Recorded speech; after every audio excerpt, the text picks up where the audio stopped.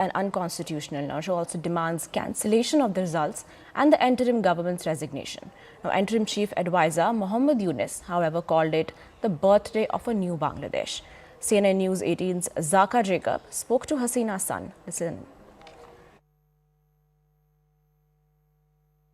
People are saying that, look, it's the BNP's election to win, and given what has happened in the last few months and weeks, the return of Tariq Rahman, the passing away of Khalida Zia, it seems like it's his election to win, and the Jamaat may or may not play the role of a kingmaker. What is your view on that? No, of course, that is the truth. When you have the two largest parties, if one of them is barred from the elections, then of course it's an open field, it's an empty goal for the BNP.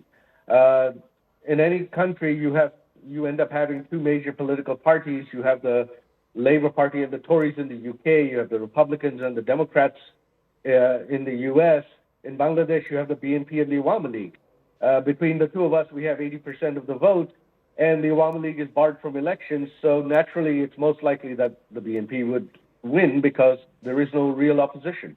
There are concerns around the Jamaat that their views, their role in what happened in the liberation of Bangladesh, the fact that they were banned when your mother was the Prime Minister. How concerned should India, should people in Bangladesh itself be about the rise of the Jamaat? Even if they don't win, they could principally become the major opposition party in your country. That is absolutely correct. You see, Jamaat has very little popular support in Bangladesh because of their role in our war of independence. They formed militias, which killed approximately 3 million of our people. So Jamaat has always been regarded as the Nazi party of Bangladesh. So Jamaat on its own in any fair election would only win 5-10 seats.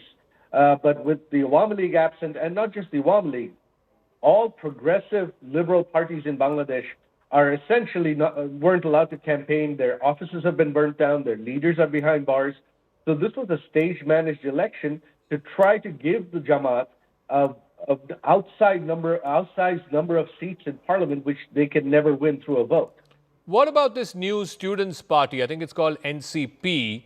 They have some kind of arrangement with the Jamaat. I don't know exactly what that arrangement is, but they rode on what they claim was popular anger against your mother while she was in office.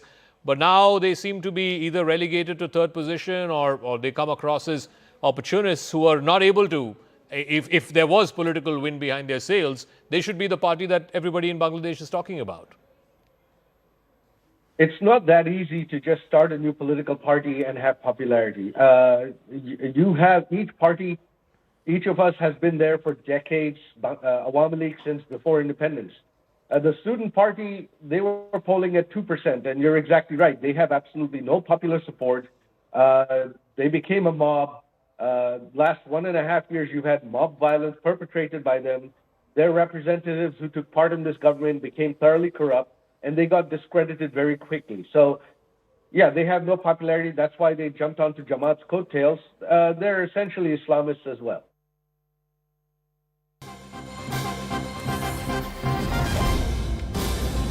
Now we're just getting another breaking news where Tariq Rahman has won 2 seats, secures Dhaka 17 by just 4,399 votes. Now, Tariq Rahman is the chairman of the Bangladesh Nationalist Party who contested from 2 constituencies in the 13th National Parliament election and won on both seats. He received 72,699 votes in the Dhaka 17 constituency. Now, his closest rival, SM Khalida Muazzam of Jamaat-e-Islami, secured 68,300 votes. Now, as a result, Tariq Rahman won the Dhaka 17 seat by a margin of a mere 4,399 votes. Now, Pallavi continues to be with us. Pallavi, we're told the margin is a bare of 4,399 votes. Now, does that feel like a comfortable win for Tariq Rahman or a tightly fought contest? But so there are 2 seats where he contested from, which is Dhaka 17, which is Gulshan area, which is very close to the BNP office. The second is the Bhokura seat. Both of them, he of course has won. The margin of victory in the Dhaka 17 or the Gulshan seat is very substantial, but that in Bhokura has been not so substantial. I think once the breakup starts coming in from the election commission about which way the kind of votes which went for the BNP, which has helped in business, whether it's the rural votes, whether it's the women votes, will get us a better idea. But it's interesting that all the top-notch leaders of the BNP, for example, Fakhrul Islam, who's effectively the number 2 in the party, he has also won the election substantially. So the BNP's performance has been tremendous.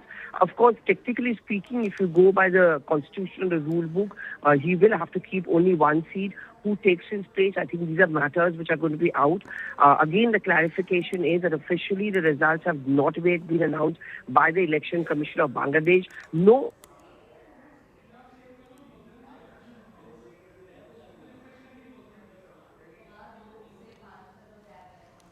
Right, I think we have lost connection with Pallavi, but thank you for your input, Pallavi. For now, we're moving on to the next breaking